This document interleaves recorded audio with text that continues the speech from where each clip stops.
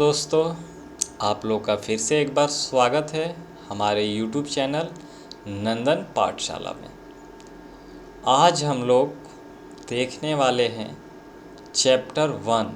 जी हाँ, चैप्टर 1 जो है यह क्या है कि हजारों वर्षों के दौरान हुए परिवर्तनों की पड़ताल। जी हाँ, इतिहास में जो हमारा हजारों वर्षों का जो समय गुजरा, उस हजारों साल में कौन कौन से परिवर्तन हुए, कहाँ कहाँ पर वो परिवर्तन हुए।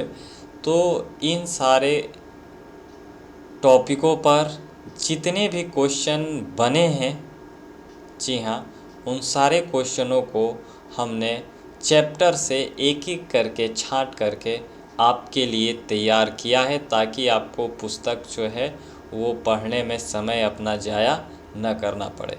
तो चलिए देर न करते हुए हम वीडियो को शुरू करते हैं और आप अपने लर्निंग को और अपने ज्ञान को हमारे साथ बढ़ाते चलिए पहला क्वेश्चन देखते हैं। पहला क्वेश्चन है कि मध्यकाल में, जी हाँ, मध्यकाल में रहट का प्रयोग किस कार्य के लिए किया जाता था। जो मध्यकाल का समय था, उस मध्यकाल में जो है रहट, इस रहट का उपयोग किस कार्य के लिए किया जाता था। सूत की कताई के लिए, सिंचाई के लिए, मिट्टी का सामान बनाने के लिए, या इनमें से कोई नहीं। तो जो रहट होती थी, उस रहट का उपयोग किया जाता था, जी हाँ, सिंचाई के लिए। मध्यकाल में रहट का उपयोग किस काम के लिए किया जाता था, तो सिंचाई के लिए किया जाता था। अगला सवाल हम लोग देखते हैं। अगला सवाल है आप लोगों का कि मुसलमानों का धर्म ग्रंथ कौन सा है। जी हाँ, मुसलमानों का जो धर्म ग्रंथ है वो कौन सा है। जिस तरह से हिंदुओं का धर्म ग्रंथ जो है रामायण और महाभारत है, ईसाइयों का बाइबिल है, तो उसी तरह से मुसलमानों का धर्म ग्रंथ कौन सा है, आपको ये बतलाना है। बाइबिल, खलीफा, कुरान शरीफ। जी हाँ, मुसलमानों का जो धर्म ग्रंथ है वो कुरान शरीफ है। तो सी इज़ द राइट आंसर। अगला सवाल हम लोग देखते हैं।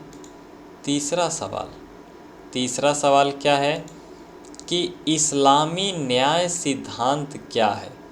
जी हाँ, इस्लामी न्याय सिद्धांत जो है वो क्या है। उलेमा है, सफ़ी है, ए और बी दोनों हैं, या इनमें से कोई नहीं।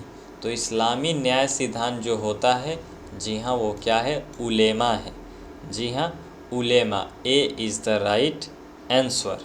चलिए अब देखते हैं अगला सवाल। चौथा नंबर का सवाल है कि पहला मानचित्र कब बना। जी हाँ, पहला मानचित्र कब बना था, ये आपको बतलाना है। यानी पहली बार जो नक्शा है, मानचित्र, वो कब बना था। 6वीं शताब्दी ईसा पूर्व में, 7वीं शताब्दी ईसा पूर्व में, 8वीं शताब्दी ईसा पूर्व में, या 9वीं शताब्दी ईसा पूर्व में। तो पहला मानचित्र जो है वो बनकर तैयार हुआ था 6ठी शताब्दी ईसा पूर्व में। ए इज़ द राइट आंसर। चलिए अगले सवाल की ओर बढ़ते हैं और देखते हैं हम लोग पांचवा सवाल क्या है कि मानचित्र 2 कब और किसने बनाया। जी हाँ, पहला जो मानचित्र है वो तो 6ठी शताब्दी में बना। मानचित्र 2 यानी दूसरा मानचित्र कब और किसने बनाया। तो जो दूसरा मानचित्र बना था वो 1720 में बना था, और किसने बनाया था, फ्रांसीसी चित्रकार ने बनाया था। जी हाँ, मानचित्र 2 कब और किसने बनाया, तो फ्रांसीसी चित्रकार ने बनाया। और कब बनाया, तो 1720 ईस्वी में बनाया। तो ए इज़ द राइट आंसर। पांचवा का जो है वो ए आपका बिल्कुल सही जवाब है। चलिए अगला सवाल देखा जाए। छठा नंबर सवाल क्या है।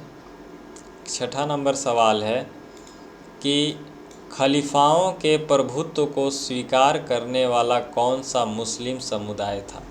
जी हाँ, कौन सा मुस्लिम समुदाय था जिसने क्या किया था, खलीफाओं के प्रभुत्व को स्वीकारा था। जी हाँ, यानी उसे अपना लिया था। सुन्नी, शिया दोनों, इनमें से कोई नहीं।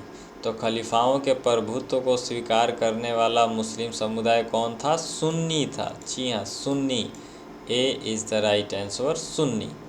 अगला सवाल देखते हैं, छठा सवाल, माफ़ कीजिएगा, सातवां सवाल।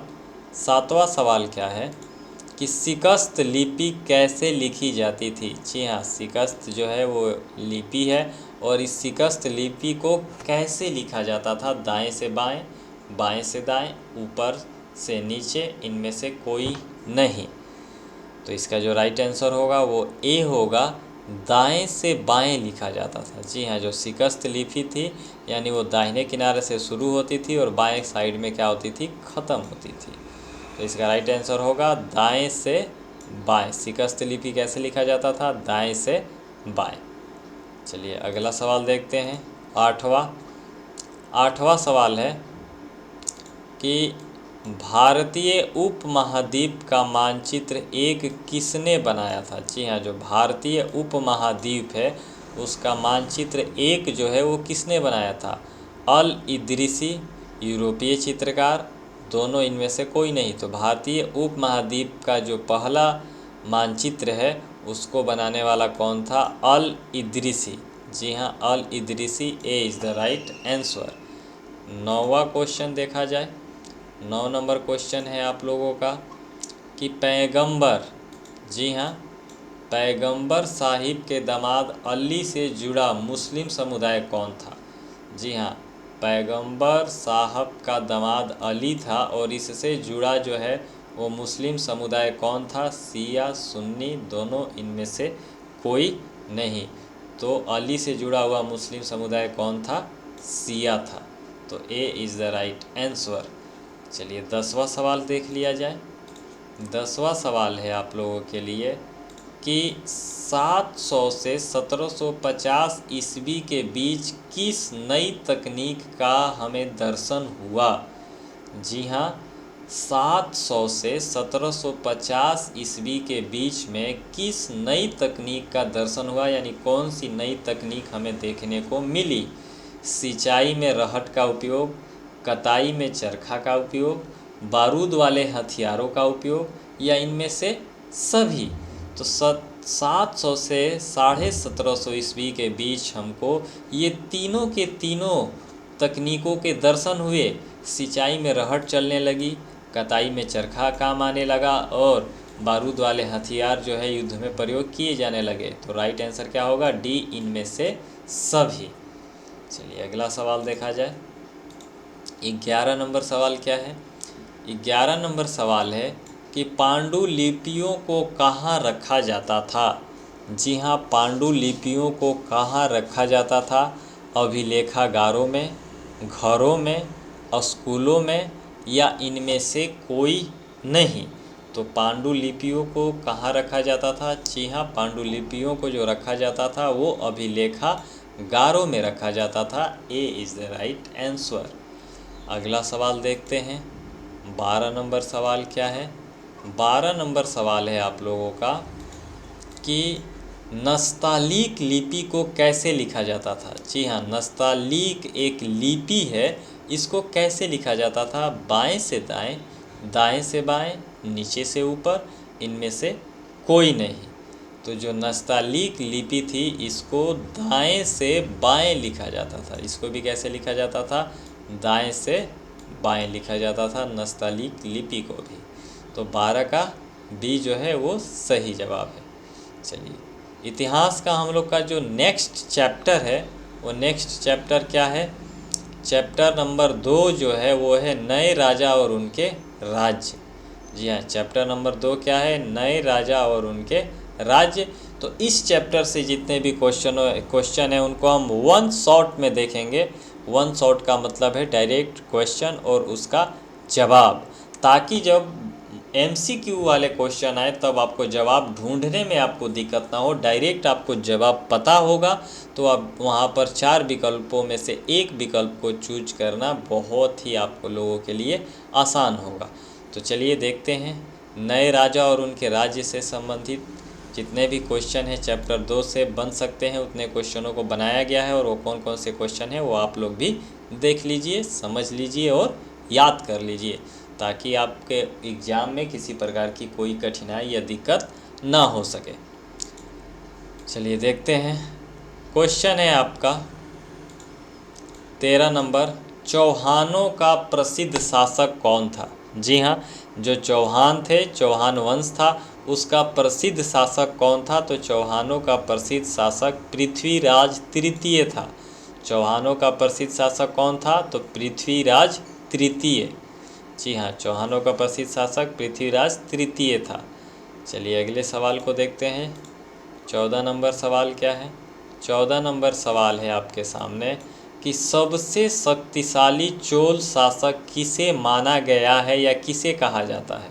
सबसे शक्तिशाली चोल शासक किसे माना गया है? जी हाँ, राजा राज प्रथम को सबसे शक्तिशाली, है ना, ये क्या था? चोल शासक था, यानी चोल वंश का सबसे प्रतापी राजा कौन था? तो राजा राज प्रथम इज द राइट आंसर। राजा राज प्रथम याद कर लीजिए। अगला सवाल देखते हैं।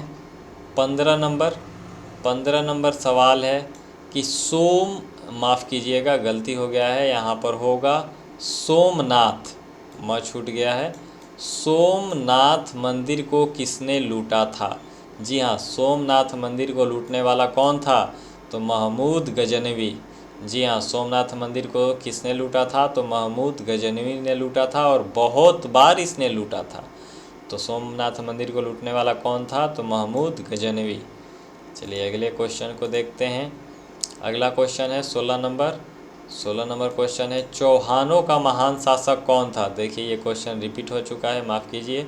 चौहानों का महान शासक कौन था? तो पृथ्वीराज तृतीय जो है वो चौहानों का क्या था? महान शासक था।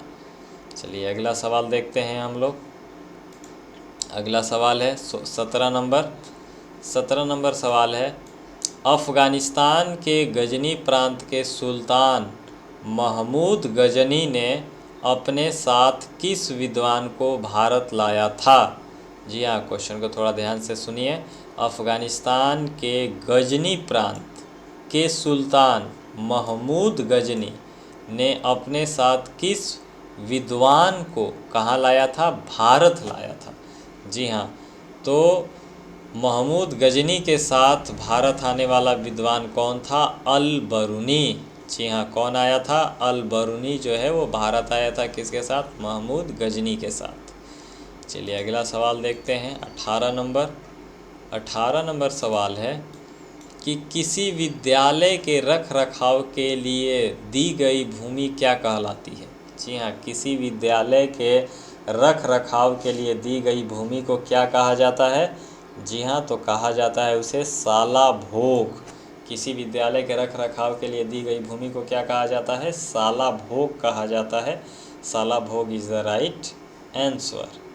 चलिए अगला सवाल देखते हैं।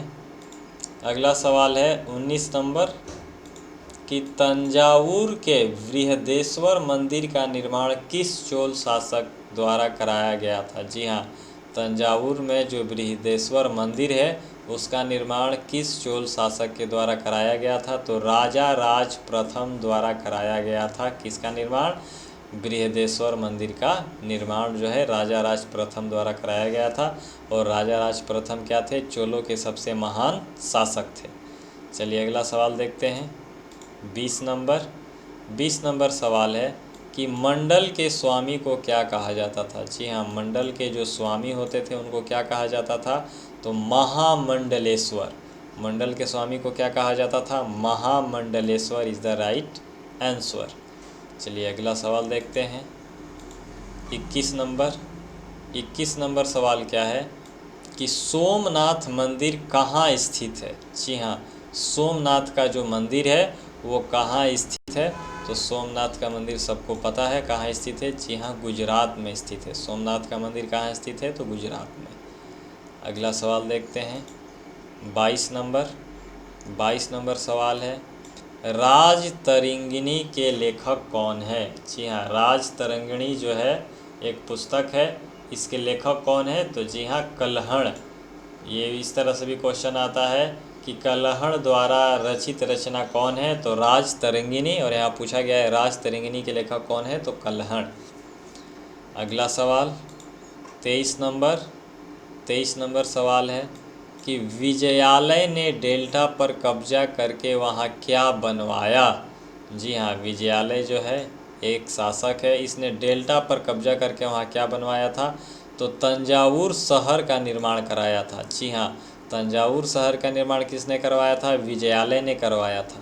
जी हाँ, और किस पर कब्जा करके करवाया था, तो डेल्टा पर कब्जा करके करवाया था। तो विजयालय ने डेल्टा पर कब्जा करके वहाँ क्या बनवाया, तंजावुर शहर को बनवाया। चलिए अगले सवाल को देखते हैं। 24 नंबर सवाल है कि पृथ्वीराज तृतीय और मोहम्मद गौरी के बीच युद्ध कब हुआ। जी हाँ, पृथ्वीराज तृतीय और मोहम्मद गौरी के बीच युद्ध कब हुआ था, तो 1191-92 में युद्ध हुआ था। और इस युद्ध को किस नाम से जाना जाता है, तो इस युद्ध को जो है पानीपत का युद्ध के नाम से भी जाना जाता है। चलिए अगला सवाल देखते हैं। अगला सवाल है 25 नंबर। 25 नंबर सवाल है कि चोल काल में वेट्टी शब्द किसके लिए प्रयोग होता था। जी हाँ, जो चोल साम्राज्य था, जिस समय चोल काल चल रहा था, उस समय वेट्टी जो शब्द है यह किसके लिए प्रयोग होता था, तो वेट्टी शब्द का जो प्रयोग है वो होता था कर, यानी एक प्रकार का टैक्स जो जबरन श्रम के रूप में लिया जाता था। जी हाँ, वेट्टी एक प्रकार का कर था, एक प्रकार का टैक्स था जिसे लिया जाता था किस रूप में, जबरन श्रम के रूप में लिया जाता था, यानी जबरन जो है उसे शारीरिक परिश्रम करा करके वसूला जाता था। चलिए अगला सवाल देखते हैं। 26 नंबर। 26 नंबर सवाल है आपका कलहण। जी हाँ, कलहण की रचना के द्वारा हमें किस क्षेत्र के राजाओं के इतिहास का पता चलता है, तो कलहण की रचना क्या है, राजतरंगिणी। और राजतरंगिणी में किस क्षेत्र के राजाओं के इतिहास के बारे में बताया गया है, जी हाँ, कश्मीर के राजाओं के बारे में। कलहण की जो रचना है राजतरंगिणी, उसमें किस क्षेत्र के राजाओं का इतिहास के बारे में बतलाया गया है, तो कश्मीर के राजाओं के इतिहास के बारे में बतलाया गया है राजतरंगिणी में, जिसको लिखा किसने है, कलहण ने। चलिए अगला सवाल देखते हैं।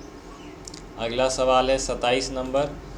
चोल किसके सामंत थे। जी हाँ, जो चोल शासक थे वो किसके सामंत थे, तो चोल जो है वो पल्लवों के सामंत थे। चोल किसके सामंत थे, पल्लवों के। चलिए 28 नंबर सवाल देखते हैं। 28 नंबर सवाल है आपका मुग़ल काल में किसानों की बस्तियां क्या कहलाती थी। जी हाँ, मुग़ल काल में किसानों की जो बस्तियां हैं वो क्या कहलाती थी, तो मुग़ल काल में किसानों की बस्तियों को क्या कहा जाता था, नाडू कहा जाता था। जी हाँ, मुग़ल काल में किसानों की बस्तियों को क्या कहा जाता था, तो नाडू कहा जाता था। Nadu is the right answer. तो चलिए इस प्रकार से हमने 28 क्वेश्चनों को देखा। ये आपका पार्ट 1 है। पार्ट 2 में जो है और जो क्वेश्चन है उस सारे क्वेश्चनों को आपके लिए चैप्टर वाइज चैप्टर लाया जाएगा। अगर आप लोगों को हमारे बताने का जो तरीका है, समझाने का जो तरीका है वो आपको पसंद आ रहा है तो कृपया वीडियो को लाइक कर दीजिए। और इसी प्रकार के हर चैप्टर का, हर विषय का, चाहे वो इतिहास हो, भूगोल हो, राजनीतिक शास्त्र हो या विज्ञान हो, जी हाँ, हर विषय का चैप्टर वाइज चैप्टर आपको जो है इसी तरह का सवाल जो है हर चैप्टर से तैयार करके आप लोगों के लिए हम प्रस्तुत करने वाले हैं। और इसकी तैयारी ज़ोर शोर से चल रही है। तो आप हमारे चैनल को सब्सक्राइब कर लीजिए ताकि आप लोगों से भी कोई सवाल, कोई भी चैप्टर का एक भी प्रश्न छूट ना पाए। तो मिलते हैं फिर एक बार एक नए वीडियो के साथ। तब तक के लिए टेक केयर, गुड बाय दोस्तों।